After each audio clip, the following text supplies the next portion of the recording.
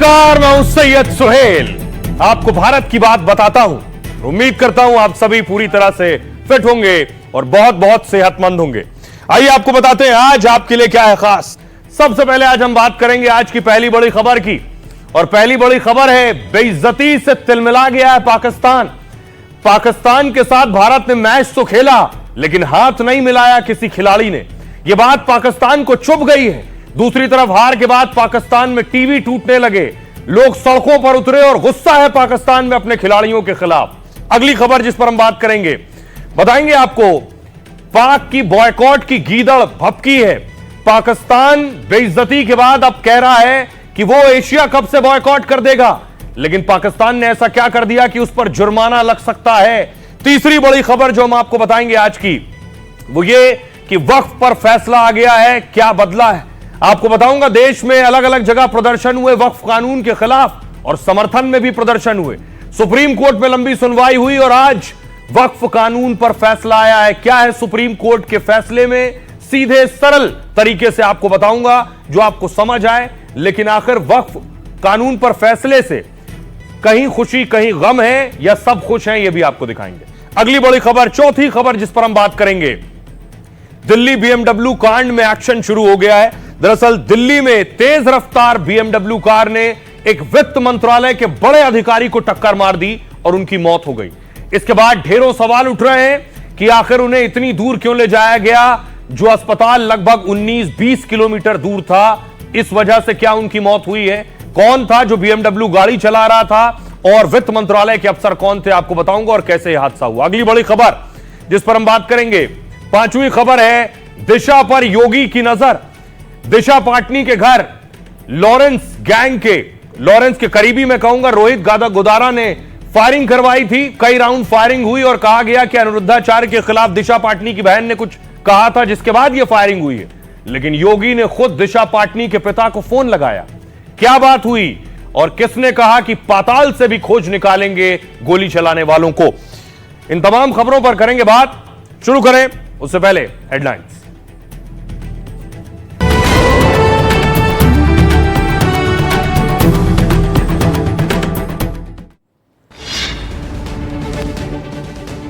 इंदौर के airport road पर बेकाबू ट्रक ने करीब 15 लोगों को रौंदा है। कई मौतों की आशंका है। गुस्साई भीड़ ने ट्रक में लगाई आग।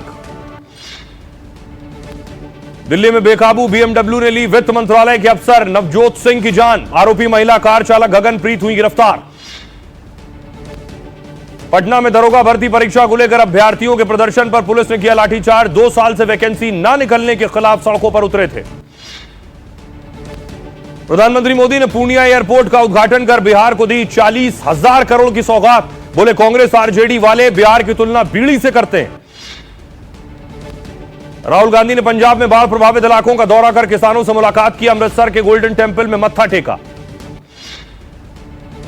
वक्फ संशोधन कानून पर सुप्रीम कोर्ट का रोक लगाने से इनकार। गैर मुस्लिम सदस्यों की नियुक्ति समेत 3 बड़े बदलावों को फैसला आने तक रोका है।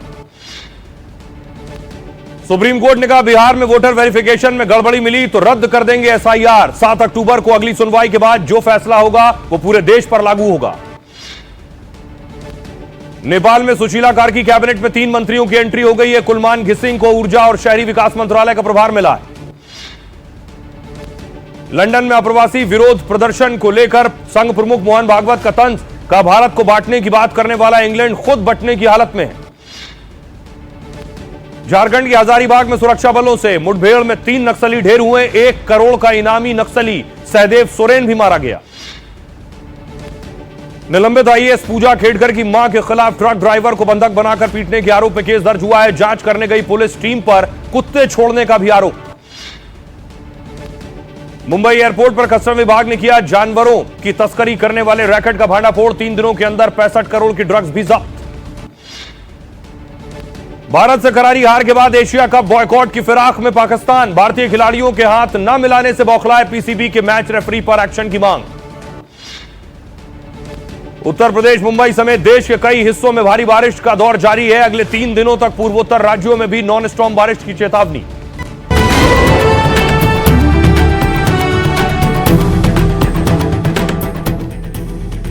और आइए शुरुआत करने जा रहा हूं आज की पहली बड़ी खबर के साथ। और पहली बड़ी खबर है हार और अपमान तिलमिलाया पाकिस्तान। पाकिस्तान हार के बाद क्या हाल था उससे पहले देखिए, हिंदुस्तान में आतिशबाजी हो रही थी बीती रात। जीत के बाद हिंदुस्तान में जश्न हो रहा था। इंडिया जीतेगा।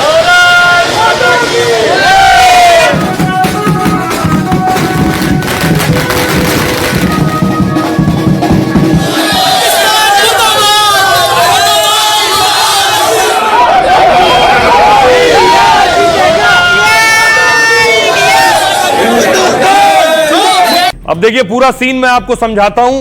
ये हाथ बढ़ाते रहे कि शायद हाथ मिलाएंगे, मैच तो खत्म हो गया, जीत भी गए हैं, बुरी तरह से हारे हैं, बेइज्जती हुई। लेकिन टीम इंडिया को देखिए बैट लेकर हेलमेट लेकर वापस ड्रेसिंग रूम में। भारत से मिली हार और बेइज्जती से पाकिस्तान तिलमिला गया है। वो टीम इंडिया और मैच रेफरी की अब शिकायत करने की बात कर रहा है। अब हम शिकायत करेंगे।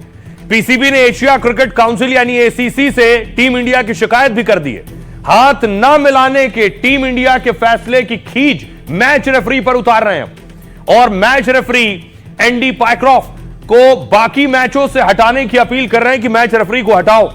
टीम इंडिया ने पाक को हराने के साथ एक तरीके से उसका बॉयकॉट भी किया है। पहले टॉस के वक्त हुआ क्या, सूर्य कुमार ने पाकिस्तानी कप्तान सलमान से हाथ नहीं मिलाया। फिर जीत के बाद भी भारतीय खिलाड़ियों ने पाक टीम से हाथ नहीं मिलाया है। हाथ मिलाना तो दूर, पाकिस्तानी खिलाड़ियों को देखने लायक भी नहीं समझा भारतीय टीम ने।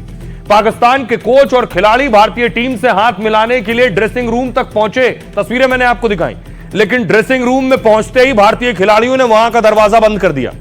मतलब वो किसी भी तरह पाक खिलाड़ियों से मिलना जुलना नहीं चाहते हैं।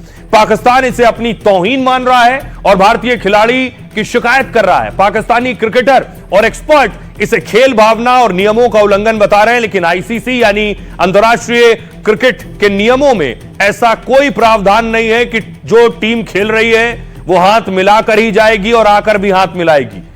यह सिर्फ एक परंपरा और खेल भावना का प्रतीक है जिसका पालन जरूरी नहीं है। इसलिए इस मामले में आईसीसी की तरफ से किसी तरह की कोई कार्रवाई की संभावना नहीं है। टीम इंडिया ने मैच से पहले ही रेफरी को हाथ न मिलाने की बात बता दी थी। यानी टीम इंडिया जब मैदान पर आई उसे पता था कि पाकिस्तान के साथ देश नहीं चाह रहा है कि मैच खेला जाए, लेकिन परिस्थितियां ऐसी थी, मैच खेलना पड़ा। इसलिए भारतीय टीम ने रेफरी को बता दिया था हम खेलने तो आ रहे हैं लेकिन हाथ नहीं मिलाएंगे। पाकिस्तान बेइज्जती से भले परेशान हो, भारत पर कोई एक्शन नहीं होने वाला है, यह भी सच्चाई। तो पाकिस्तान के लोग कह रहे हैं क्या हम जलील होने आते हैं मैदान में, हमारी टीम इतनी बुरी तरह से हार जाती है। लेकिन भारत ने हाथ नहीं मिलाया तो देखिए पीसीबी पाकिस्तान कंट्रोल बोर्ड ने बाकायदा ट्वीट किया। मोहसिन नकवी ने कहा यह खेल भावना के खिलाफ है। और इतना ही नहीं, अगली तस्वीर मैं आपको दिखाऊं, यह मैच रेफरी कह रहे हैं मैच रेफरी पर एक्शन होना चाहिए, इनके खिलाफ कार्रवाई की जानी चाहिए। लेकिन मैं आपको बताऊं कि पाकिस्तानी टीम ने एक और गलती कर दी, और गलती ऐसी कि पाकिस्तानी टीम पर जुर्माना लग सकता है। देखिए जो पाकिस्तान की टीम रेफरी और टीम इंडिया पर सवाल खड़े कर रही है उस पर खुद ही नियम और खेल भावना तोड़ने के गंभीर आरोप लग रहे हैं। मैच के बाद भी पाक कप्तान को बेइज्जती का डर सता रहा था, इसलिए सलमान आगा मैच के बाद बातचीत के लिए मंच पर नहीं आए। और अब इस मामले में पाक कप्तान सलमान आगा पर कार्रवाई हो सकती है। क्रिकेट में दरअसल जब मुकाबला खत्म होता है पोस्ट मैच प्रेजेंटेशन होता है। मैच के आधिकारिक प्रसारणकर्ता दोनों कप्तानों से इसमें बात करते हैं, आपने देखा होगा मंच पर बुलाते हैं और दोनों से बात करते हैं। भारत ने हाथ नहीं मिलाया तो पाकिस्तान को चुभ गया। इसमें हारने और जीतने वाली दोनों टीम के कप्तान वहां पहुंचते हैं और मैच का विश्लेषण होता है। बारिश या इमरजेंसी की हालत हो तो फिर अलग बात है, उसमें आप हिस्सा ना लें, नहीं तो मैच का जो भी नतीजा हो दोनों कप्तान बातचीत के लिए आते हैं। भारत के कप्तान सूर्य कुमार यादव तो मैच के बाद मंच पर आए, लेकिन भारतीय खिलाड़ियों के हाथ ना मिलाने से नाराज सलमान नहीं आए। सलमान का बर्ताव एक तरीके से टूर्नामेंट की अवहेलना माना जा सकता है, क्योंकि मैच के बाद यह बातचीत टूर्नामेंट प्रसारक का अहम हिस्सा होता है, जिसमें ना पाक कप्तान की अनुशासनहीनता माना जा सकता है। मैच रेफरी और टूर्नामेंट के अधिकारी इसकी शिकायत कर सकते हैं, और अगर ऐसा होता है तो पाकिस्तान के कप्तान पर जुर्माना लग सकता है। यह दूसरा झटका होगा। लेकिन यह मैच सोचिए, पाकिस्तान के पास बहुत बड़े बड़े और शानदार क्रिकेटर रहे हैं, वो क्रिकेटर भी मैच देख रहे थे। देखिए वो क्या कह रहे हैं, शोएब अख्तर क्या कह रहे हैं इस मैच को। भारत हवा में क्रिकेट खेल रहा है और हम क्लब स्तर की भी क्रिकेट नहीं खेल पा रहे हैं, लेकिन भारतीय खिलाड़ियों का हाथ न मिलाना निराशाजनक है। क्रिकेट मैच को राजनीति ना बनाइए, अपना बड़ा दिल दिखाइए। लड़ाई झगड़े तो घरों में अक्सर हो जाते हैं, इसका मतलब यह तो नहीं है कि इसे अलग स्तर पर लेकर जाएं। वसीम अकरम कह रहे हैं बस बहुत हो चुका, पाक बोर्ड टीम में सर्जरी की बात तो करता है, लेकिन एक जैसे खिलाड़ी उतरते हैं और लगातार हारते हैं। पाकिस्तान को मैच जीतना है तो बड़े बदलाव करने होंगे। टीम से 5-6 खिलाड़ियों को बाहर कर नए चेहरों को लाइए। शाहिद अफरीदी कह रहे हैं पाक टीम में कोई ऐसा बल्लेबाज नहीं है जो भारत जैसी टीम के खिलाफ जिता सके। आप पिच देखिए, हालात देखिए, फिर बैटिंग करिए। मैच की पहली गेंद से ही शाहिद अफरीदी बनने की कोशिश क्यों कर रहे हैं? उमर गुल ने कहा मेरे बेटे को भी पता है कि सूर्य कुमार को कैसे आउट कर सकते हैं, बस यह बात सलमान आगा को नहीं पता है। राशिद लतीफ ने कहा अगर मामला पहलगाम का है तो जंग लड़ लो, लेकिन क्रिकेट को बीच में क्यों लाते हो? मैदान पर खिलाड़ियों का व्यवहार पूरी दुनिया देखती है और हाथ ना मिलाने जैसी घटनाओं से गलत संदेश जाता है। भारतीय टीम ने शानदार खेल दिखाया है, लेकिन इस मैच से पहले बहुत विरोध हो रहा था। दरअसल विरोध इस बात को लेकर हो रहा था कि पहलगाम हमला हुआ, हमारे 26 लोगों की जान गई। अगली तस्वीर देखिए, विरोध का स्तर यह था कि भारत में भी टीवी टूट रहे थे कि पाकिस्तान के साथ मैच मत खेलो, लेकिन जिस शालीनता से और जिस जेंटलमैन गेम का परिचय दिया है भारतीय टीम ने, आपको बताऊं यह मैच न सिर्फ खेला बल्कि बेहतरीन तरीके से टीम इंडिया ने मैच जीता भी। देखिए जरा जीतने के बाद टीम इंडिया क्या कह रही है वो मैं आपको बताता हूं। टीम इंडिया में देखिए सूर्य कुमार यादव कप्तान कह रहे हैं पहलगाम आतंकी हमले के पीड़ितों के साथ हैं हम, और भारत की यह जीत पहलगाम के पीड़ितों को श्रद्धांजलि है। पाक पर मिली यह जीत हमारी सेना को समर्पित है। शुभमन गिल उप कप्तान ने कहा पाकिस्तान पर मिली जीत शहीदों को समर्पित है, यह जीत हमारे बहादुर सुरक्षा बलों को तोहफा है। सुनील गावस्कर ने कहा यह मुझे पाकिस्तान की क्रिकेट टीम जैसी लगी ही नहीं। पहले पाकिस्तान टीम का बड़ा नाम और दमखम होता था, लेकिन यह टीम पोपट वाली टीम जैसी लग रही थी। मुझे नहीं लगता कि वो दूसरी टीमों को ज्यादा चुनौती दे पाएंगे। वीरेंद्र सिंह सांसद कह रहे हैं कि अखिलेश के सांसद ने जीत को पीडीए से जोड़ दिया है। कहा भारतीय कप्तान सूर्य कुमार यादव पीडीए के साथी हैं। उन्होंने देश की अंतरात्मा की आवाज सुनी है और फैसला लिया कि पाकिस्तानियों से हाथ नहीं मिलाएंगे। टीम ने हमारी माता बहनों का अपमान नहीं होने दिया। आशीष शेलार मंत्री है महाराष्ट्र के, वो कह रहे हैं पाक को करारी मात देकर भारत ने दुनिया को दिखा दिया कि भारत की सेना जितनी सक्षम है, हमारे क्रिकेट प्रेमी और खिलाड़ी भी उतने ही सक्षम हैं। फिर एक बार भारत ने दिखा दिया दुनिया को कि पाकिस्तान करने में भारत की सेना जितनी सक्षम है, वैसे भारत के हमारे क्रिकेट प्रेमी और क्रिकेट खेलने वाले खिलाड़ी भी सक्षम है। पाकिस्तान में जाकर पाकिस्तान को हराकर और पाकिस्तान के खिलाड़ियों से हाथ न मिलाना, हमारे देश के खिलाड़ियों ने हमारे देश का हजारों हजार फीट आसमान तक सम्मान बढ़ाया है। हम उनका अभिनंदन करते हैं, स्वागत करते हैं। समूचे देश को सम्मान करते हैं। शेरों ने न केवल पाकिस्तान को मैदान में रौंदा, बल्कि उनसे हाथ न मिलाकर और पूरी तरह से पहलगाम में जो लोग बलिदान हुए थे उन बलिदानी परिवारों को समर्पित करके जो है विजय, उन्होंने एक सार्थक संदेश दिया है। और आइए अब आपको लिए चलता हूं, आज की एक और बड़ी खबर है। वक्फ पर सुप्रीम कोर्ट का फैसला आ गया है, जिसका बेसब्री से इंतजार था। वक्फ फैसले से क्या सब खुश हैं? वक्फ पर देश भर में प्रदर्शन हुआ, लोग सड़कों पर उतरे, अलग अलग जिलों में, अलग अलग शहरों में इस तरह के बड़े बड़े प्रोटेस्ट हुए कि वक्फ कानून रद्द किया जाए। लेकिन यह मामला, अगली तस्वीर देखिए, सुप्रीम कोर्ट पहुंचा। सुप्रीम कोर्ट में लंबी चौड़ी सुनवाई हुई, 2 जजों की बेंच, बड़े बड़े देश के दिग्गज वकीलों ने अपनी अपनी दलीलें रखी दोनों पक्षों की तरफ से, और उसके बाद सुप्रीम कोर्ट से फैसला आया। आज फैसले का दिन था, तो जरा देखिए अगली तस्वीर।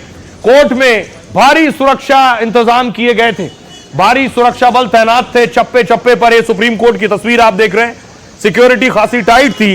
कोर्ट ने फैसला सुनाया और वक्फ कानून पर रोक से इनकार कर दिया। देश भर में वक्फ कानून के खिलाफ मुस्लिम संगठनों ने जमकर प्रदर्शन किया था। दिल्ली से लेकर हैदराबाद और पटना तक में प्रदर्शन किए गए। काला कानून बताकर सुप्रीम कोर्ट में 100 से ज्यादा याचिका दायर की गई। अब सुप्रीम कोर्ट का अंतरिम फैसला आया है। सुप्रीम कोर्ट ने वक्फ कानून पर रोक लगाने से साफ साफ इनकार कर दिया। आंशिक रोक से मुस्लिम पक्ष को थोड़ी राहत जरूर मिली है। मुस्लिम संगठनों ने लड़ाई जारी रखने की बात की है।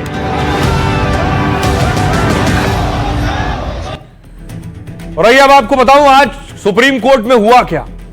कोर्ट में 2 जजों की बेंच थी, खुद सीजेआई थे। वक्फ कानून पर सुप्रीम कोर्ट ने दरअसल आंशिक रोक लगाई है। सुप्रीम कोर्ट ने पूरे कानून पर रोक लगाने से इनकार कर दिया है। सुप्रीम कोर्ट ने मुस्लिम पक्ष की कुछ दलीलों को मान लिया है। 3 बड़े बदलावों पर अंतिम फैसला आने तक स्टे लगा दिया है। वक्फ संपत्तियों को लेकर कलेक्टर के अधिकारों को भी सीमित कर दिया है, जो कलेक्टर को अधिकार दिए गए थे। वक्फ बोर्ड के सदस्यों को लेकर सुप्रीम कोर्ट ने आदेश दिए कि 5 सालों तक इस्लाम का अनुयायी रहने वाली शर्त को हटा दिया है। वक्फ बोर्ड के सीईओ को लेकर अहम टिप्पणी की। वक्फ रजिस्ट्रेशन पर भी सुप्रीम कोर्ट ने फैसला सुनाया। सुप्रीम कोर्ट ने वक्फ बाय यूजर के कॉन्सेप्ट को सही नहीं माना और सरकारी जमीन को वक्फ घोषित करने का अधिकार दिया है। सभी वक्फ घोषित ना करने का अधिकार दिया। सभी वक्फ की रजिस्ट्री कराने की बात की। संरक्षित स्मारकों को वक्फ घोषित नहीं किया जा सकता। गैर मुस्लिमों को वक्फ बनाने की अनुमति नहीं होगी। वक्फ कानून को लेकर मुस्लिम संगठनों को आपत्ति थी। इसको लेकर सुप्रीम कोर्ट ने याचिका दायर की गई थी। सीजेआई ने कहा कि पूरे वक्फ कानून पर रोक लगाने का आधार नहीं है। आइए अब आपको सीधे सरल भाषा में समझाता हूं कि कानून में क्या था और उस कानून के प्रावधान पर विरोध क्या था और उस विरोध पर कोर्ट क्या कह रहा है। देखिए जरा, सबसे पहले मैं आपको बताऊं वक्फ कानून क्या कह रहा था। कि कानून कहता था कि वक्फ बोर्ड में गैर मुस्लिम सदस्य हो सकते हैं। इस पर विरोध किस बात का था? विरोध था क्यों धार्मिक स्वतंत्रता का हवाला दिया गया और दूसरे धर्मों के बोर्ड में मुस्लिम सदस्य नहीं है, यह कहा गया। इसके विरोध में कोर्ट ने इस पर क्या कहा? कोर्ट का फैसला है कि वक्फ बोर्ड में गैर मुस्लिमों की सीमा तय हुई। केंद्रीय वक्फ बोर्ड में 20 में अधिकतम 4 सदस्य गैर मुस्लिम होंगे, यानी सेंट्रल वक्फ बोर्ड जो होगा उसमें 20 में 4 गैर मुस्लिम हो सकते हैं। राज्य का जो वक्फ बोर्ड होगा उसमें 11 में से 3 सदस्य गैर मुस्लिम होंगे। कानून में अधिकतम सीमा तय नहीं थी। अब वक्फ बोर्ड के ढांचे में मुस्लिम समाज का बहुमत होगा। अगली बात जो कानून में थी वो ये, कानून वक्फ बनाने के लिए 5 साल से मुसलमान होना चाहिए। यानी एक मुसलमान अगर वक्फ करता है अपनी संपत्ति तो 5 साल से वो प्रैक्टिस कर रहा हो मुस्लिम होने, यानी नमाज पढ़ रहा हो 5 साल तक, ये साबित करे तभी वो वक्फ कर सकता है। इसका विरोध क्या था? दरअसल कैसे तय होगा कोई शख्स मुसलमान है या नहीं, यह सवाल हो रहा था। कोर्ट ने फैसला दिया, सुप्रीम कोर्ट ने इस फैसले पर रोक लगा दी है। जब तक राज्य इस पर कानून ना बना ले यह लागू नहीं रहेगा। बिना नियम यह मनमाने ढंग से इस्तेमाल हो सकता है। अब देखिए कानून क्या कहता है। कलेक्टर सरकारी भूमि घोषित करेगा, कानून यह कहता था। इस पर विरोध यह था क्यों सरकारी कर्मचारी इस पर कैसे फैसला ले सकता है? कलेक्टर रैंक के अधिकारी को ज्यादा ताकत दे दी गई है। खुद को इतनी ताकत देने का तर्क दिया गया। इस पर कोर्ट का फैसला आया। कोर्ट ने इस फैसले पर रोक लगा दी। कलेक्टर का फैसला आखिरी फैसला नहीं होगा।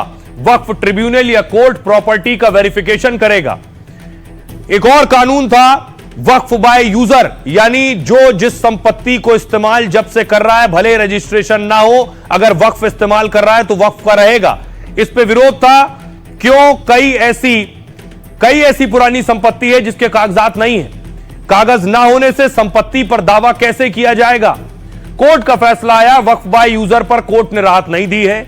अगर कोई प्रॉपर्टी वक्फ की नहीं है तो संदिग्ध माना जाएगा। किसी वक्फ संपत्ति के कागज नहीं है तो वक्फ संपत्ति नहीं है। अगली चीज कानून में थी कि सीईओ की नियुक्ति होगी।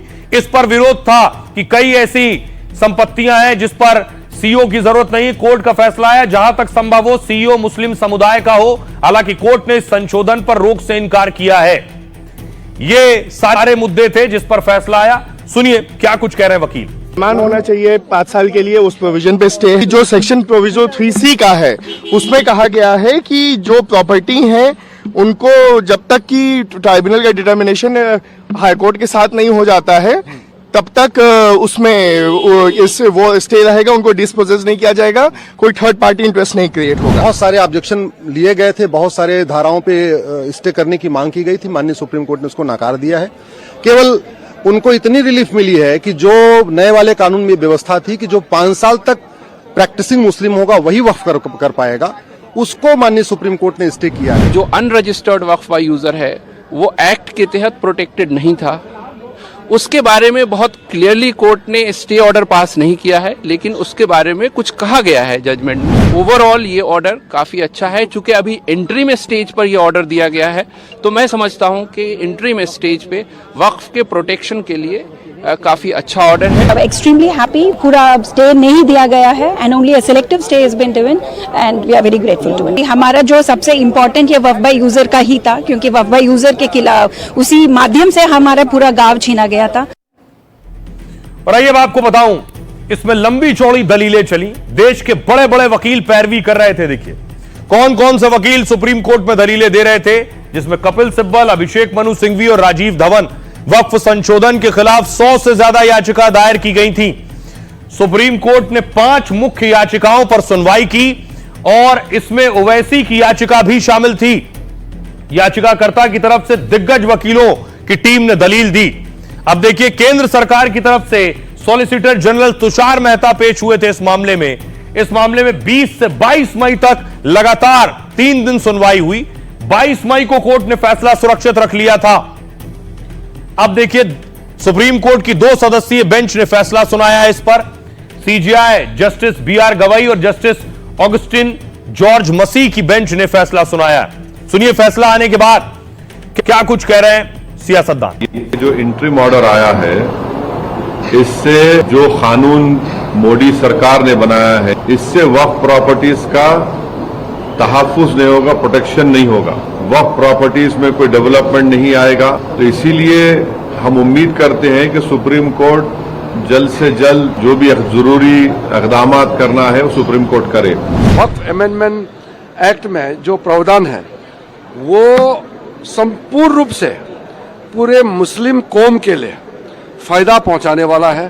प्रॉपर्टी जो मिसयूज कब्जा करते थे वो भी बंद हो जाएगा और वक्फ प्रॉपर्टी से जो भी फायदा होगा वो मुस्लिम महिलाओं के लिए, मुस्लिम बच्चों के लिए, यतीम के लिए, जो पिछड़ा है उनके लिए काम आने वाला है। अच्छा फैसला है और सरकार की साजिश और सरकार की मंशा पर माननीय उच्चतम न्यायालय ने बड़े पैमाने पर रोक लगा दी है, अंकुश लगा दी है। तो पूरे देश में अपनी जमीनें दान करने वाले लोग, धार्मिक कामों के लिए, सामाजिक कामों के लिए, जिनको ये डर था कि सरकार उनकी जमीनें लूटने की कोशिश करेगी, फौरी तौर पर उनको बहुत बड़ी राहत मिली। पार्लियामेंट में हम लोग अपना पक्ष यही रख रहे थे कि वक्फ में हस्तक्षेप न करे सरकार। हमें उम्मीद है सुप्रीम कोर्ट और न्याय देगा और न्याय मिलेगा। सुप्रीम कोर्ट के निर्णय को लागू कराने की क्षमता यशस्वी प्रधानमंत्री श्रीमान नरेंद्र मोदी जी ने एक बार नहीं कई बार साबित किया। जब श्री राम मंदिर का फैसला हो तो देश को विश्वास में लेकर न केवल उस निर्णय को लागू कराया। जो फैसले माननीय न्यायालय देते हैं, ये हमारी और हमारी पार्टी की नीति रहती है कि हम न्यायालय का सम्मान करते हैं। तो सियासतदानों को आपने सुना। अब इस फैसले पर मुस्लिम धर्मगुरु क्या कह रहे हैं। दरअसल ये विरोध प्रदर्शन कई दिनों तक चला इस मामले में। मौलाना यासूब अब्बास कह रहे हैं रातों रात जैसे वक्फ कानून बिल लाया गया, उस पर शक पैदा हो रहा था। सुप्रीम कोर्ट के फैसले का हम स्वागत करते हैं। मौलाना अरशद मदनी कह रहे हैं 3 अहम विवादित धाराओं पर मिली राहत का स्वागत है। काले कानून के खत्म होने तक लड़ाई जारी रहेगी। मौलाना शहाबुद्दीन रिजवी बरेलवी कह रहे हैं अब वक्फ की जमीनों पर भूमाफिया के कब्जे हटेंगे, इस आमदनी से गरीब मुसलमानों को मदद होगी। मौलाना खालिद रशीदी फिरंगी महली कह रहे हैं अंतरिम फैसले से बड़ी राहत मिली है, पूरे एक्ट पर स्टे का आदेश आने की उम्मीद है। आइए सुनिए जरा मुस्लिम धर्मगुरुओं को। वक्फ बोर्ड के अंदर मुसलमान हिंदुओं का होने का क्या मतलब? जब राम मंदिर ट्रस्ट में किसी मुसलमान को आपने नहीं रखा, जितने भी आपके मंदिर हैं उन तमाम की कमेटियों में कोई मुसलमान नहीं है, तो फिर वक्फ बोर्ड में वक्फ बोर्ड की जगहों की जो कमेटी बने उसमें हिंदू का क्या मतलब? ये तो कहीं ना कहीं मुसलमानों के साथ और मुसलमानों की प्रॉपर्टी के साथ बिल्कुल अन्याय है। हमें उम्मीद भी यही थी कि सुप्रीम कोर्ट गरीब, कमजोर, लाचार मुसलमानों का ख्याल रखते हुए अच्छा और बेहतरीन फैसला देगी। जो अमीर लोगों का कब्जा है, नाजायज कब्जे कर रखे हैं, वक्फ बोर्ड ने घोटाले कर रखे हैं, तो इसका हिसाब किताब भी होना जरूरी है। जो इंटायर एक्ट है, कानून है, उस पर स्टे नहीं लगाया गया है, जबकि हम लोगों की डिमांड यही थी कि इंटायर एक्ट पे स्टे हो। लेकिन उसके बावजूद भी जिन भी प्रोविजंस पर स्टे हुआ है उसको भी हम लोग वेलकम करते हैं इस उम्मीद के बाद कि जब इंशाल्लाह फाइनल फैसला आएगा तो कंप्लीट रिलीफ और राहत हासिल होगी। सुप्रीम कोर्ट ने आज एक बात तो स्पष्ट कर दी है कि पूरे एक्ट को स्टे करने का आधार नहीं है। तो लोग कहते थे ना, लोग गुमराह कर रहे थे कि साहब पूरा एक्ट ही खतरनाक है और पूरा एक्ट इनवैलिड है, गैर कानूनी है, फला आर्टिकल के खिलाफ है, फला आर्टिकल के खिलाफ है। तो वो चीजें तो बहुत स्पष्ट हो चुकी हैं। मुझे तो दोनों पक्ष ही संतुष्ट नजर आए आज के जजमेंट से। आज का जो फैसला है ये इस बात को साबित करता है कि ये फैसला जो मोदी सरकार ने मुसलमानों पे थोपने की कोशिश की थी, लादने की कोशिश की थी, दरअसल ये मुसलमानों के अधिकारों का हनन और अतिक्रमण था। हमें उम्मीद है आज के इस इंटरिम इंजंक्शन से कि जो फाइनल डिसीजन आएगा, जो फाइनल फैसला आएगा, वो हमारे हक में होगा। और आइए अब आपको बताऊं कि सियासतदान क्या कह रहे हैं, कांग्रेस का रुख क्या है इस पर, कांग्रेस क्या कह रही है। मल्लिकार्जुन खड़गे कह रहे हैं इसका उद्देश्य सांप्रदायिक भावनाओं को भड़काना था, यह उन मुद्दों को फिर से खोलना था जिन्हें भारत ने बहुत पहले सुलझा लिया था। जगदंबिका पाल कह रहे हैं सुप्रीम कोर्ट ने साफ कर दिया है कि कानून पूरी तरह से वैध है, जेपीसी में समीक्षा और संसद में चर्चा के बाद कानून बना है। पवन खेड़ा ने कहा ऐसी नौबत आनी ही नहीं चाहिए थी, सुप्रीम कोर्ट को बार बार दखल देना पड़ता है। उमर अब्दुल्ला ने कहा बिल का उद्देश्य केवल सामुदायिक संपत्तियों को कानून के दायरे में लाना था, अच्छी बात है कि सुप्रीम कोर्ट ने इस पर ध्यान दिया है। आइए सुनवाता हूं आपको, सुनिए क्या कह रहे हैं सियासतदान। ये वक्फ बिल तो हम पहले से कहते आए कि इसमें एक ही मजहब के लोगों को जो है निशाना बनाया जा रहा है, जहां पे हुकूमत का इल्जाम है कि गैर कानूनी तौर जो है किसी वक्फ ने जमीन पे कब्जा किया हुआ है। अब हुकूमत उस जमीन को वापस नहीं ले सकती जब तक कि अपनी पूरी कार्रवाई वो मुकम्मल नहीं करती। इससे बहुत बड़ा फायदा मिलने वाला नहीं है। कलेक्टर को फिर पावर दिया गया है, 5 साल तक कोई भी नया कन्वर्ट हुआ मुस्लिम आएगा तो 5 साल तक उसे राइट नहीं मिलेगा इसमें, और वो जो है प्रैक्टिसिंग मुस्लिम होना चाहिए। अब ये प्रैक्टिसिंग मुस्लिम कैसे तय करें? क्योंकि पार्टी ने भी जो है पिटीशन दिया है, तो अभी जो भी न्यायालय का जो फैसला है हम लोग स्वागत करते हैं। वक्फ के अंदर नॉन मुस्लिम को उन्होंने अलाउ कर दिया है, ना तो इस्लामिक कानून नॉन मुस्लिम जानते हैं और ना ही मुसलमान हिंदू पर्सनल लॉज को जानते हैं। कल को मुसलमान भी ये कहेंगे कि साहब हमें भी मंदिरों के ट्रस्ट में रखा जाए, तो क्या सुप्रीम कोर्ट इस बात को अलाउ करेगा? ओवरऑल तो उन्होंने ओवरऑल स्टे नहीं किया, कुछ सेक्शन उन्होंने स्टे किया है, वो देख के हम उसमें आगे कैसे बढ़ेंगे, कुछ रूल्स तक कैसे कुछ का है। After looking at it in detail मैं आई विल स्पीक। एक मुस्लिम महिला होने के नाते मैं ये जरूर कहूंगी कि जी वक्त के साथ, समय के साथ सिस्टम्स हैं, बदलते हैं और बदलने भी चाहिए। It should evolve with changing times, पर जो एक सैंक्टिटी होती है कल्चरल और जो रिलीजियस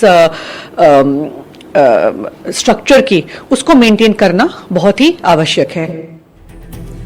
और आइए खबरों में आगे बढ़ते हैं। आज की एक और बड़ी खबर, एक दर्दनाक हादसा हुआ, एक बड़े अफसर की मौत हो गई।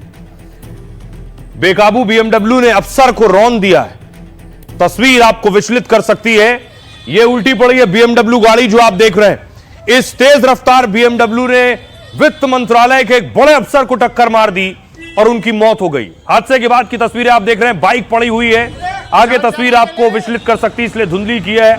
वित्त मंत्रालय के अधिकारी की मौत हो गई और उनकी पत्नी भी बाइक में सवार थी, वो बुरी तरह से जख्मी है। ये पत्नी की तस्वीर आप देख रहे हैं। इस हादसे के बाद फौरन उन्हें अस्पताल ले जाया गया, लेकिन उनकी जान नहीं बचाई जा सकी।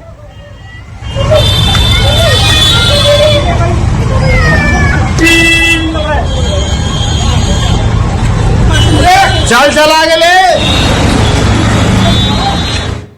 ये तस्वीर आप देख रहे हैं, ये है वित्त मंत्रालय के बड़े अफसर नवजोत और ये उनकी पत्नी।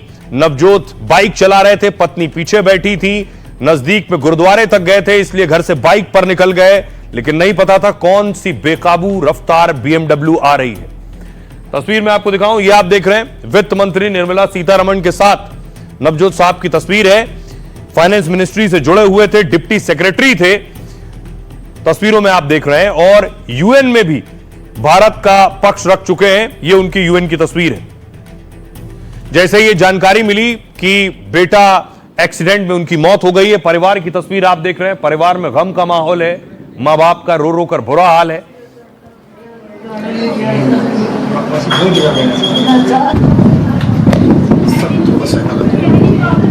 बच्चे ने बहुत नाम कमाया, मेरा बच्चा अच्छा होशियार है, पता नहीं किसकी नजर लगी, क्यों मारा, क्यों किया। अभी 4-5 दिन पहले बाहर हो गए। अब देखिए जरा, गिरफ्तार हो चुकी है वो महिला जो BMW चला रही थी। ये तस्वीर आप देख रहे हैं, गगनप्रीत की तस्वीर है। गगनप्रीत को पुलिस ने गिरफ्तार किया है।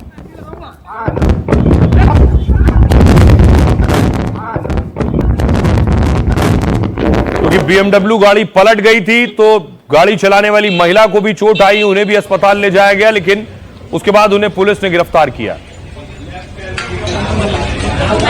गगनप्रीत इतनी दूर कैसे लेके गए आप?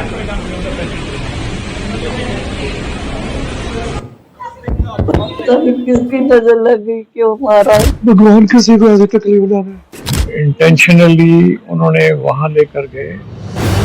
वाकई नवजोत सिंह की जान बच जाती, क्योंकि जिस जगह हादसा हुआ वहां से महज 5 किलोमीटर की दूरी पर 1-2 नहीं बल्कि 6 बड़े अस्पताल थे। लेकिन पूरी तरह घायल नवजोत को 22 किलोमीटर दूर एक छोटे से अस्पताल ले जाया गया। अस्पताल पहुंचने में लगा 2 घंटे का वक्त नवजोत की जान पर भारी पड़ा और उनकी मौत हो गई। सबसे वर्स्ट नर्सिंग होम है न्यू लाइफ करके, और वो बड़े मैनिपुलेटिंग लोग हैं और उन्होंने क्या किया होगा हमको पता नहीं है। नवजोत अपनी पत्नी के साथ गुरुद्वारा बंगला साहिब में माथा टेकने के बाद लंच करने गए थे और बाइक से घर लौट रहे थे। तभी पीछे से तेज रफ्तार से आ रही BMW कार ने टक्कर मार दी, जिसमें वो घायल हो गए। कार गगनप्रीत नाम की महिला चला रही थी, उसकी लापरवाही कहें या खुद के बचने की तैयारी, जो दूर के अस्पताल ले गई। आखिरकार वित्त मंत्रालय में डिप्टी सेक्रेटरी नवजोत ने दम तोड़ दिया। अब आइए आपको बताऊं, दिल्ली की सड़क, तेज रफ्तार BMW, देखिए कैसे हुआ हादसा। ये आप देख रहे हैं BMW गाड़ी, यही BMW गाड़ी है और इस बाइक में, ऐसी बाइक में नवजोत सवार थे पत्नी के साथ। दिल्ली के धौला कुआं में बेकाबू BMW कार का कहर। वित्त मंत्रालय के डिप्टी सेक्रेटरी नवजोत सिंह की इसमें मौत हुई है। वाकया रविवार की दोपहर करीब 2:30 बजे के आसपास का है। पत्नी के साथ बाइक पर सवार थे नवजोत सिंह। पीछे से तेज रफ्तार BMW आ रही थी और उसने टक्कर मारी। BMW कार का मकसद था बाइक को ओवरटेक करके आगे निकलना। गगनप्रीत नाम की महिला इस BMW गाड़ी को चला रही थी। गगनप्रीत के साथ कार में उनके पति भी बैठे थे। नवजोत और उनकी पत्नी बुरी तरह से घायल हो गए थे। टक्कर के बाद गगनप्रीत ने ऐप बेस्ड एक कैब बुलाई। नवजोत और उनकी पत्नी को अस्पताल लेकर पहुंची जो गाड़ी चला रही थी गगनप्रीत। नवजोत को 22 किलोमीटर दूर अस्पताल ले जाया गया। नवजोत की पत्नी ने नजदीक के अस्पताल में चलने का अनुरोध भी किया, लेकिन गगनप्रीत उन्हें मुखर्जी नगर के न्यू लाइफ अस्पताल लेकर गई। बताया जा रहा है कि आरोपी के पिता न्यू लाइफ अस्पताल में हिस्सेदार हैं, इसलिए वो अपने अस्पताल लेकर गई। सुनिए जरा, अब नवजोत साहब की फैमिली क्या कह रही, परिवार क्या कह रही। पता नहीं किसकी नजर लग गई, क्यों मारा, क्यों किया, क्या कसूर किया था उसने। दोनों का, वो भी तो पड़ी हुई है हॉस्पिटल में, उसके भी हड्डियां टूटी पड़ी है, पीछे से पट्टा हो रहा है उसको। ब्रिलियंट चाइल्ड, कॉलोनी में जाकर किसी से कोई बात हुई हो, कभी ऊंचा बोला हो। अभी 4-5 दिन पहले बाहर हो गया, यूएन में हो गया, सारी जगह हो गया। इंटेंशनली उन्होंने वहां लेकर गए, क्योंकि हमें भी साथ वाले पड़ोसी से पता लगता है, उनके जो इन-लॉज है वहीं रहते हैं। वो कहते हैं वो सबसे वर्स्ट नर्सिंग होम है न्यू लाइफ करके। और अब आपको बताऊं नवजोत जी के बारे में और जिसकी गिरफ्तारी हुई गगनप्रीत, जो महिला गाड़ी चला रही थी, उनके बारे में। यह तस्वीर आप नवजोत की देख रहे हैं। वित्त मंत्रालय में डिप्टी सेक्रेटरी थे नवजोत साहब और आर्थिक मामलों के विभाग DEA में उनकी तैनाती थी। हाल में वित्त मंत्री के साथ विदेश यात्रा पर भी गए थे, यानी निर्मला सीतारमण के साथ। 2 महीने पहले यूएन के फोरम में लेक्चर दिया था उन्होंने और IIM लखनऊ से ट्रेनिंग कोर्स पूरा किया। पिता वायुसेना से रिटायर हुए थे। ये अगली तस्वीर देख रहे हैं आप, वो ये तस्वीर गगनप्रीत की है जो गाड़ी चला रही थी, जिसकी BMW गाड़ी से मौत हुई है। गुरुग्राम की रहने वाली है गगनप्रीत, साथ ही पति इनके बड़े कारोबारी हैं। कंपनी का नाम मरीन इंडस्ट्रीज है इनकी। ये घोड़े और घुड़सवारी से जुड़े सामान बनाती है इनकी कंपनी। घोड़े के चमड़े की काठी, सीट कवर और बेल्ट का बिजनेस है इनका। कंपनी का टर्नओवर करीब करीब 50 करोड़ रुपए का है। पिता न्यू लाइफ अस्पताल के हिस्सेदार हैं। सुनिए जरा, जब जिस अस्पताल में लेकर गई गगनप्रीत, बताया जाता है इनके पिता की हिस्सेदारी है, वहां की डॉक्टर क्या कह रही है। ये नहीं पता था कि मरीज कहां से लाया जा रहा है। मुझे सिर्फ एक इन्फॉर्मेशन आई है फोन पे, जिसमें मुझे ये पूछा गया कि आपके यहाँ क्रिटिकल केयर टीम और सब लोग हैं, अभी यहाँ सेवाएं उपलब्ध हैं। तो मैंने कहा आप मरीज ले आइए, हम इलाज करेंगे। मुझे ये नहीं पता था कि मरीज कहां से लाया जा रहा है। अब देखिए, इस हादसे के बाद सवाल उठ रहे हैं, सवाल इस चीज पर कि आखिर गगनप्रीत जो है किस तरह से नवजोत जी को लेकर अस्पताल पहुंची। पहली ये तस्वीर देखिए, यह हादसे की तस्वीर है जिस जगह पर हादसा हुआ। हादसे के बाद फौरन क्या हुआ कि एक कैब बुलाई गई। अगली तस्वीर मैं आपको दिखाऊं उस गाड़ी की। यह वो गाड़ी है, इस गाड़ी को बुलाया गया। इस गाड़ी में ही नवजोत साहब को रखा गया और उसके बाद अस्पताल लेकर गए, जो लगभग 19-20 किलोमीटर दूर था। अगली तस्वीर दिखाऊं, यह आप अस्पताल की तस्वीर देख रहे हैं। यह वो अस्पताल है न्यू लाइफ हॉस्पिटल, जिसमें लाकर एडमिट कराया गया वित्त मंत्रालय के अफसर को, लेकिन उन्हें बचाया नहीं जा सका। अब देखिए सवाल क्या उठ रहे हैं, यह मैं आपको बताऊं। सवाल पहला यह है, हादसे की सूचना आखिर पुलिस को क्यों नहीं दी गई। दूसरा सवाल यह, नजदीक में 6 अस्पताल थे, फिर भी 22 किलोमीटर दूर क्यों लेकर गए। तीसरा सवाल यह, किसी बड़े अस्पताल में ले जा सकते थे। चौथा सवाल यह, आरोपी रिश्तेदार के अस्पताल लेकर गई, यानी जिसमें पिता की हिस्सेदारी थी वहीं क्यों लेकर गए। पांचवा सवाल, मेडिकल रिपोर्ट से भी छेड़छाड़ की गई। और छठा सवाल, सबूत मिटाने की भी कोशिश की गई। सवाल सातवां, अस्पताल पहुंचने के बाद पुलिस को बताया गया। सुनिए, जो ड्राइवर गाड़ी चला रहा था, जो लेकर पहुंचा नवजोत साहब को अस्पताल तक, वो क्या कह रहा है। मैडम ने बताया था कि आप आजादपुर की तरफ चलो। हाँ। जैसे मैडम ने बोला वैसा मैंने। तो फोन में वो क्या बातचीत कर रही थी? जी, बातचीत ये कर रही थी, डॉक्टर्स वगैरह को रेडी रहने के लिए बोल रही थी। और जब हम हॉस्पिटल में पहुंचे हैं तो डॉक्टर्स वगैरह रेडी ही मिले हमें गेट पे। अच्छा। और आइए अब आपको बताऊं कि इस तरह के मामलों में क्या सजा होती है। कोई एक गाड़ी चालक तेज रफ्तार गाड़ी चला कर आए, किसी भी बेगुनाह को टक्कर मार दे, कुचल दे और उसकी मौत हो जाए। गगनप्रीत की इसमें गिरफ्तारी हुई है। गगनप्रीत पर कई धाराओं में केस दर्ज हुआ है। BNS की धारा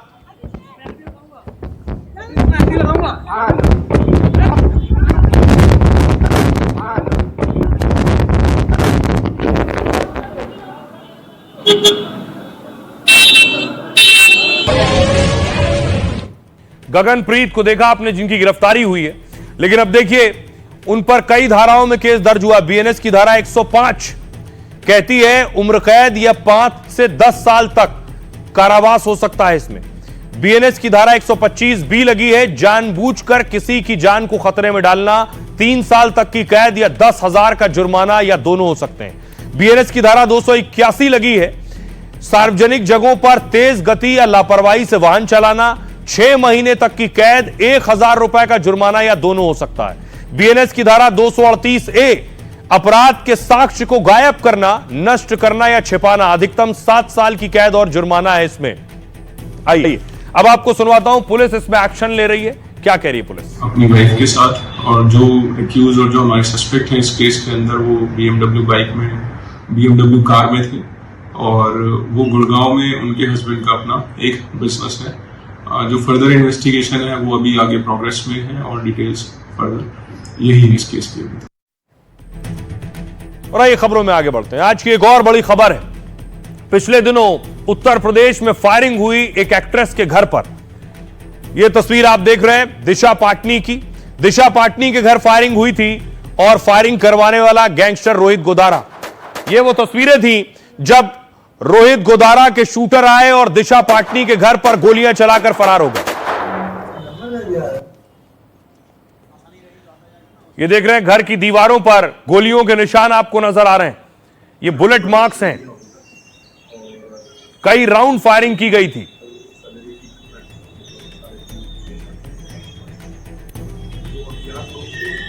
और इसके बाद दिशा पाटनी के पिता को योगी आदित्यनाथ ने फोन किया। पहले पुलिस फोर्स में थे, अब रिटायर्ड है, सीओ के पद पर थे।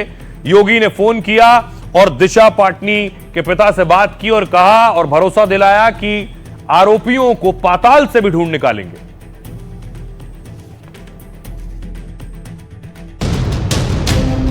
बॉलीवुड एक्ट्रेस दिशा पाटनी के घर पर गोली चलाने वाले बचेंगे नहीं, क्योंकि अब योगी आदित्यनाथ खुद इस मामले को मॉनिटर कर रहे हैं। मतलब पाटनी फैमिली को इंसाफ दिलाने के लिए उत्तर प्रदेश के मुखिया ने अपनी वो फौज उतार दी जो उत्तर प्रदेश में अपराधियों का काल बन चुकी है।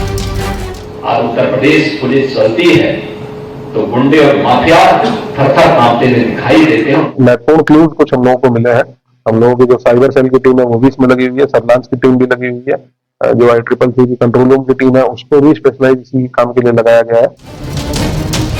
योगी खुद पूरे ऑपरेशन की निगरानी कर रहे हैं ताकि बंदूक के दम पर अराजकता फैलाने वाले गैंगस्टर्स जल्द सलाखों के पीछे हों। अब देखिए जरा, आपको बताऊं कि योगी आदित्यनाथ पूरी तरह से नजर बनाए हुए हैं, क्योंकि यूपी में कोई घुसकर आकर गोली चला जाए। दिशा पाटनी के पिता जगदीश पाटनी से योगी ने फोन पर बात की। बरेली वाले घर पर फायरिंग मामले में योगी ने जानकारी ली। योगी ने पाटनी को मदद, सुरक्षा और इंसाफ का भरोसा दिलाया है। दिशा पाटनी के पिता के मुताबिक सीएम ने कहा डरने की जरूरत नहीं है, जहां छिपे हो यूपी पुलिस बदमाशों को पाताल से भी ढूंढ निकालेगी। सीएम योगी ने अधिकारियों को निर्देश दिए कि हमलावरों को जल्द पकड़ा जाए, जिसके बाद बरेली पुलिस ने कार्रवाई को और भी ज्यादा तेज कर दिया है। एसएसपी ने भी पाटनी परिवार से मुलाकात कर घर की सुरक्षा बढ़ा दी और इस मामले में जांच और गिरफ्तारी के लिए 6 टीमों का गठन किया है। साइबर एक्सपर्ट से लेकर सर्विलांस सर्चिंग टीमों को एक्टिव किया गया है। इस हाई प्रोफाइल मामले के तार हरियाणा हत्याकांड से जुड़ रहे हैं। दरअसल भिवानी कोर्ट में 4 सितंबर को गैंगस्टर हरिया के साथ हत्या हुई, जिसकी जिम्मेदारी रोहित गोदारा के गुर्गे वीरेंद्र, नवीन और सोनू ने ली थी। दिशा पाटनी के घर फायरिंग में भी वीरेंद्र और साथियों का नाम आ रहा है, क्योंकि दोनों मामलों में रोहित गोदारा, गोल्डी बराड़ की आईडी से ही धमकी दी गई। सुराग मिलने के बाद बरेली पुलिस दिल्ली हरियाणा में दबिश दे सकती है ताकि फायरिंग करने वाले शूटर्स और गैंग का भांडाफोड़ कर सकें। सुनिए जरा क्या कुछ कह रहे हैं दिशा पाटनी के पिताजी। हाँ, देर रात माननीय मुख्यमंत्री जी का मेरे टेलीफोन पे फोन आया था और उन्होंने हम पूरे मेरे पीड़ित परिवार को सांत्वना दी है और विशेष रूप से उन्होंने कहा है कि पूरा प्रदेश आपके साथ है और आपकी सुरक्षा में कोई कोताही नहीं बरती जाएगी। अब आपको बताऊं कि रोहित गोदारा पर नजर है यूपी पुलिस की। दिशा पाटनी के घर फायरिंग की जिम्मेदारी रोहित गोदारा ने ली। सोशल मीडिया पर रोहित गोदारा, गोल्डी बराड़ गैंग ने पोस्ट किया। अनिरुद्धाचार्य प्रेमानंद महाराज के अपमान का बदला लेने के लिए हमला किया गया। प्रेमानंद महाराज और अनिरुद्धाचार्य ने लड़कियों को लेकर बयान दिया था। इसका विरोध करते हुए दिशा पाटनी की बहन खुशबू ने वीडियो डाला। इसमें संतों की लड़कियों पर दिए बयान को आपत्तिजनक बताया। इसी से भड़के गैंगस्टर ने पाटनी परिवार के पुश्तैनी घर पर फायरिंग की। हमले की जिम्मेदारी गैंगस्टर रोहित गोदारा ने वॉइस मैसेज भेजकर ली। यूएस में बैठा गोदारा अपराध की दुनिया में बड़ा नाम बनता जा रहा है। 2022 में रोहित फर्जी पासपोर्ट के जरिए दिल्ली से दुबई भाग गया था। गैंगस्टर रोहित गोदारा राजस्थान के बीकानेर का रहने वाला है। गोदारा पर गंभीर अपराधों के करीब 32 से ज्यादा मामले दर्ज हैं। गैंगस्टर लॉरेंस का गुर्गा रहा गोदारा अब अपनी गैंग मजबूत कर रहा है। गैंगस्टर राजू ठेहट और मूसेवाला हत्याकांड में रोहित गोदारा का नाम आया था। राजस्थान में कारोबारियों से 15 करोड़ से 17 करोड़ तक की रंगदारी मांग चुका है, लेकिन योगी यूपी में गोदारा के अपराध का साम्राज्य नहीं पनपने देंगे। सुनिए जरा, योगी आदित्यनाथ अपराधियों पर और हर तरह के अपराध पर जीरो टॉलरेंस की नीति अपनाते हैं और खासतौर से ऐसे अपराधियों पर। सुनिए। उत्तर प्रदेश सरकार ने माफिया मुक्त, दंगा मुक्त, गुंडागर्दी से मुक्त प्रदेश की बात कही नहीं, बल्कि इसको करके दिखाया है। राइट, खबरों में आगे बढ़ते हैं। आपको लिए चलता हूं बिहार। प्रधानमंत्री नरेंद्र मोदी आज बिहार के दौरे पर थे। सीमांचल पहुंचे, देख रहे हैं पीएम मोदी की पूर्णिया में रैली थी, तो प्रधानमंत्री नरेंद्र मोदी जब रैली में पहुंचे, नरेंद्र मोदी जिंदाबाद, नरेंद्र मोदी जिंदाबाद, नरेंद्र मोदी जिंदाबाद, नीतीश कुमार जिंदाबाद, नरेंद्र मोदी जिंदाबाद। उसके बाद प्रधानमंत्री नरेंद्र मोदी मंच पर पहुंचे, नीतीश कुमार मंच पर मौजूद थे, जीतन राम मांझी मंच पर मौजूद थे, चिराग पासवान मौजूद है।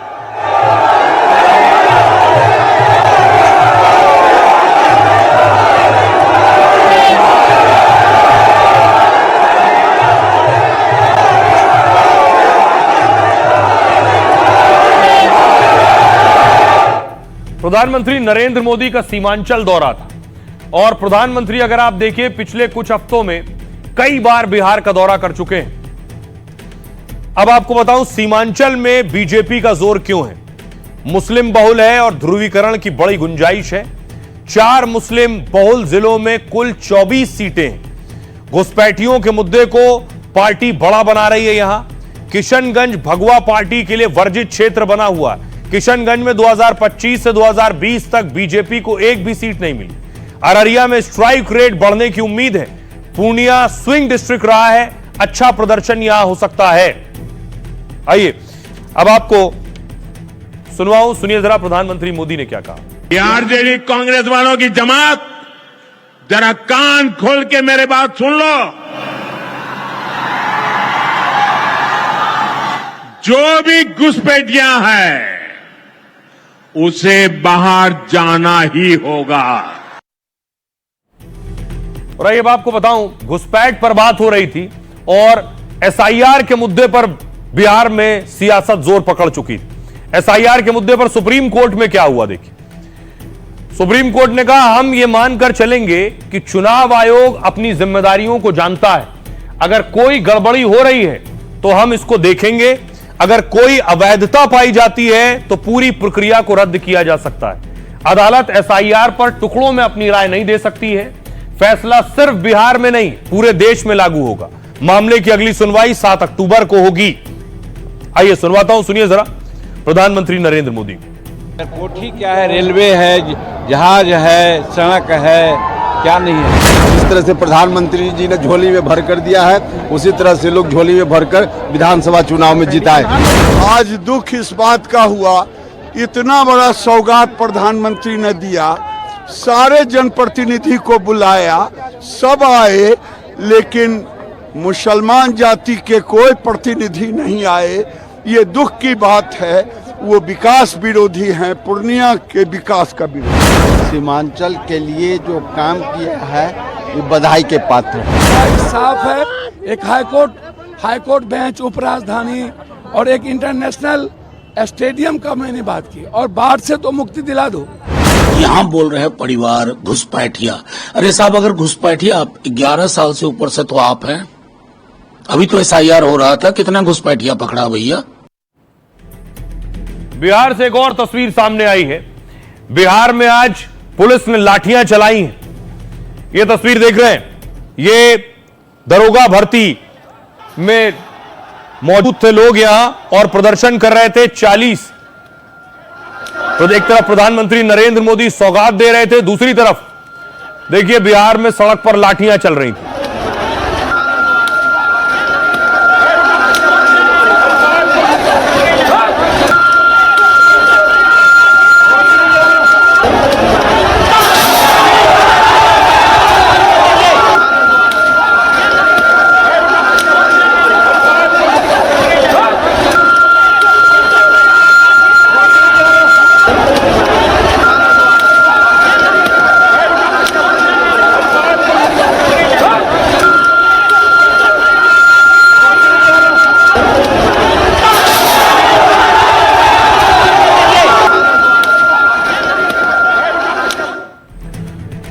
और इस बीच एक और बड़ी खबर आ रही इंदौर से। इंदौर में एक बड़ा हादसा हो गया है। तस्वीरें मैं आपको दिखाऊं, एयरपोर्ट के पास ये इंदौर की तस्वीरें देख रहे हैं। वहां हादसा हुआ, बताया जा रहा है कई लोगों की जानें गई हैं। लोगों में गुस्सा है, लोगों ने उस ट्रक को फूंक डाला है जिससे यह हादसा हुआ है।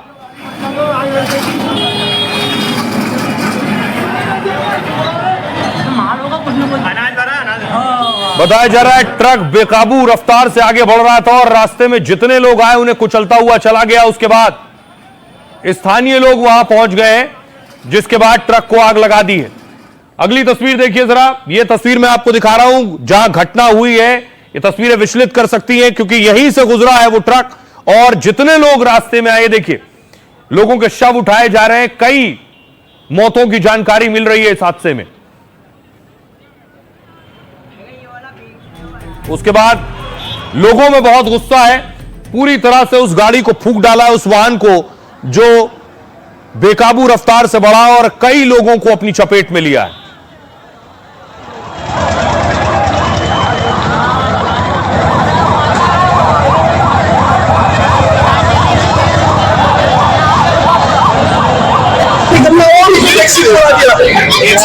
पुलिस वालों को बिठा के टैक्सी का टैक्सी वाला ने एक लेडीज को उल्टा बोला दिया इसने लेडीज को।